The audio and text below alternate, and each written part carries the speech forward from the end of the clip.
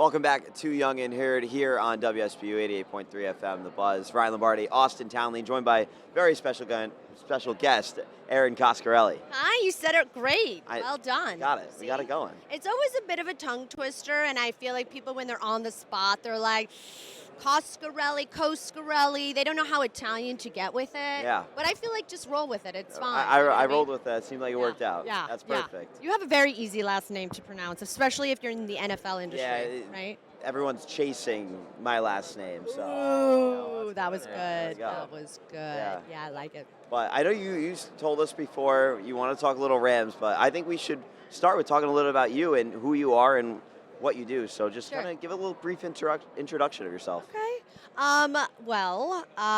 There's a lot to unpack here. This is probably my 12th Super Bowl experience. Before the Rams, I was actually here, CSN Bay Area, which is now NBC Sports, Bay Area, and I was covering the 49ers, the Giants, and really just kind of got my feet wet in the pro world. Yeah. But I grew up in LA, so I was always an LA kid. Super Bowl's going to be in LA next year, so we're excited about that. And I've just had like the best time covering the Rams. Like the Rams this year have been almost symbolic of what, like the superhero going and fighting the villain. You don't know. He's like, is he going to be okay? We're talking about Stafford, obviously. Is he going to be okay? Is he going to make it in? And then, he ends up having an MVP caliber. I mean, it's a story for the ages. And I feel like as somebody who loves the story behind the player or the sort of, heartfelt moments, that's my, I think, reasoning why I love covering sports. Right. Because it's how do you overcome the odds and, like, you're up against pressure and it's cold in Buffalo or it's, inclement weather. So that's, and I grew up with older brothers. I was a tomboy growing up.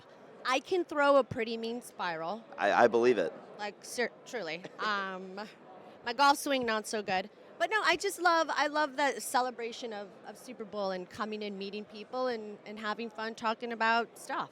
So where did you get your first start in the sports media industry? I know you went to USC, go Trojans, and just kind of where did you fall in love with the sport and broadcasting? Yeah.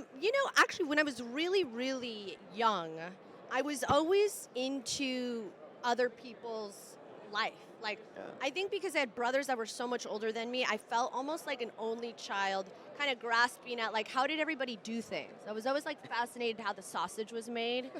And I was just an athlete growing up, so I had this relationship with sports. And I think as a woman, wanting to do some form of media, I had an advantage because of my familiarity with sports. Yeah. And, USC at the time had a pretty decent team. Pete Carroll was the head coach. Matt Leinart was our quarterback. Reggie Bush was the running back.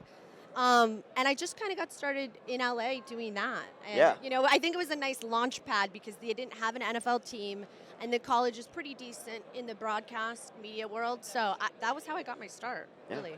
No, that's incredible. I mean, what inspired you to like really, really pursue your dream to the max? Yeah. Like really go for it, and Yeah, I mean, I think that's a great question, right? Because there's so much to give you reasons not to do it. Everybody else wants to. It's almost like a saturated market, and especially today.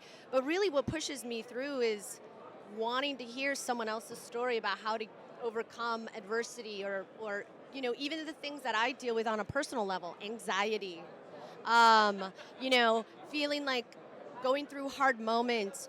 I look at things, we've had so many great stories, even just with McVay talking about his team, showing up at the podium saying, not a good story without a little adversity. I'm like, I relate to that in so many ways, And then just the underdog component.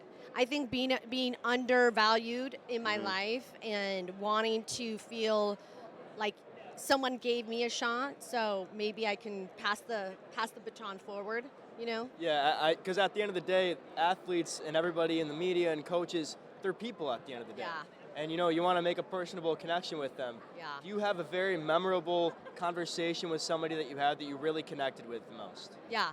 Did I this season? Or in your entire career? Oh. I mean, just even extracting this season, Aubrey Pleasant is the assistant head coach for the Rams. Okay. And they gave this defensive back, Emmanuel Forbes, who was a highly touted draft pick. Washington had cut him, and Aubrey sat down with me, and I'm like, "Why'd you guys give him a shot, Emmanuel Forbes? Like, what was it about him?" He's like, "We just saw things that he didn't see in himself," and I'm like, "Wow, that is such a true mentor, Yeah. coach, leader type dialogue to have. That I think." You are an amazing teammate or colleague or sister, brother if you really make someone else around you better, elevate them, and shine a spotlight on like the things that you guys do for each other. That's really cool. And I think that becomes the opportunity there, especially as you guys are on the younger side, maybe, a little. You have an opportunity to impact so many people by just being like a light and being Yeah. like inspiring to others, and that's, to me, I learned so much just in that season with Aubrey Pleasant alone. And even our kicker has a really cool story. Harrison Mavis never played in an NFL game, undrafted free agent, cut by 2 teams. I believe it was the Panthers and the Jets. And then the dude was like mad clutch every time. I think he only missed 1 field goal. Right. And he was 100% on extra points. So Hit the game winner, the Bears Yeah. game. winner in like, Soldier Field. Do you guys remember that? I mean, that was insane. I'm like, that's cool. It's historically known for it's And hard it's to kick field windy. goals in the playoffs at Soldier Field. I mean, yeah. Bears lost on a potential game winner. Heartbreaker. So Yeah. yeah. But I do want to say it's National Women's in Sports Day, so I just want to say that to you. Oh, thank And you. happy. So as a woman in a male-dominated industry, how have you kind of paved your own way and got your solid footing? I think when you feel like a little bit of an outsider, I never put the pads on. I didn't play football. I'm not in a huddle. I don't know what it's like in those locker rooms. Great spiral though. Yeah, Great spiral, great. though. But my spiral is crazy. I had to really shift gears of trying not to tell a story as a man, as an analyst, because I can't compete. I'm not going to know what that's like in the trenches. I'm not going to know what it's like dealing with like a game winner situation, high pressure situation like that. But I am going to tell the story from my lens, whether it's as a fan Right. or even the emotional component that I think people are now even more so interested in. Like Hard Knocks is a great example. Aren't you curious when you go home and you're watching TV or however you want, like how does Sean McVay greet his wife? Like how does Leslie talk to his kids? Like what's his tough moment like?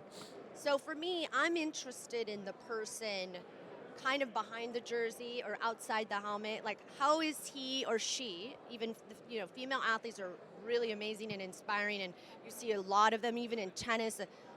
How are they when they're not on the proverbial field or the court? Yeah, and I think that's kind of like the biggest thing because yes, you're covering a sports team and you can talk the X's and O's, but then you can start talking about Sean McVay's family life, or you can talk about this player and the hardships he went through, and then it becomes more than just a sports story. It Totally. becomes something else. It becomes something with true emotion in it. Yeah. And I think that's what's so cool about our industry. It's like it's so flexible when it comes to that, and you can kind of tell other stories, but through sports. Yeah. And there's so much going on there. Yeah, and like, the sort of universal question we always ask each other is, who's your team? But the reason you have your answer is not because necessarily the team was the team. It was dad, Yes. family. Yes, it was what brought exactly. you together for dinner. It was the way you communed, right? And so that's what sports is. That's why sports is amazing. It's like it's community driven. It's cross generational, cross gender, and I don't know. Yeah, I'm it in. is incredible how many friendships, relationships can sprout from a sports conversation.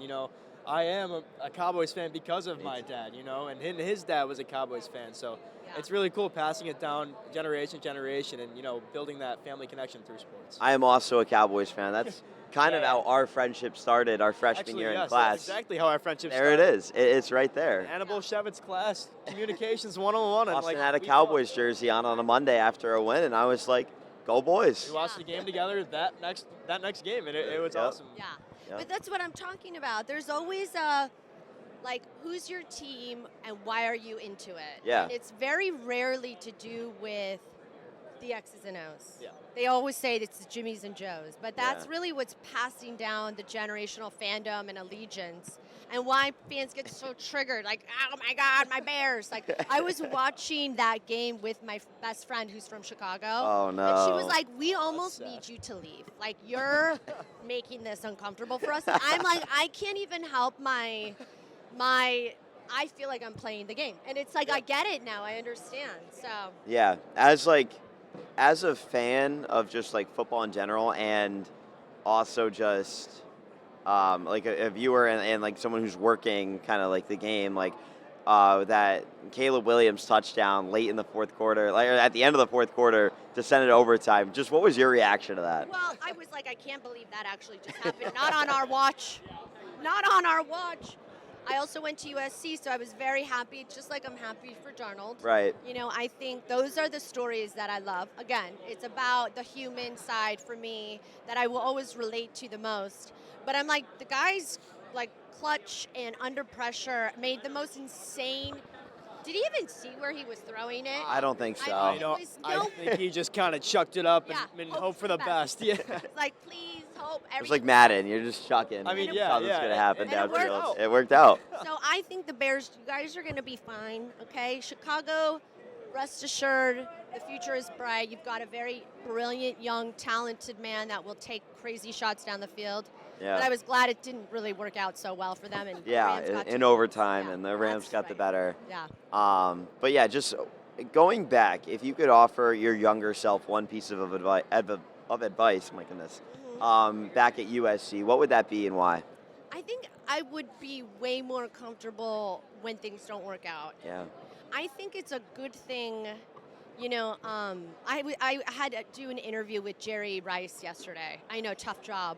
And he was telling me, like, one of the things that he did was he developed the ability to ask for the ball. And I think a lot of people are not willing to ask for the ball because they are afraid of how things could turn out. You're going to lose. Well, you got to, you know, one of the things McVay would say is callous yourself. When you're practicing failing, I really don't believe it's failure. I think it's learning lessons, you know? And I think if you can just sort of get more comfortable and callous yourself with whatever it is, rejection, failure, and you know it's going to end up being okay, like, you're good. And Yeah. you don't have to worry. You don't have, like, I worried so much in college. I'm like, what am I going to make am I going to be somebody? Am I going to matter? That's what I wish. But Yeah. it all, you know, it all worked out. So. Well, Erin, I really appreciate you joining the show. I was getting the finger like wrap it up from Cam. Oh yeah, the shot. Oh, Yeah, it's time to it's time to wrap it up. Yeah. But we really appreciate you joining and, Thank you and so giving us much. all this insight. Good luck to you Yeah, guys. thank I mean, you. you guys have Thank a you. great little real estate here. I know, so it's a good piece, yeah, good piece yeah. of land. So, no, we appreciate it. Stay with us here on Young and Heard on WSVU 88.3 FM, The Buzz.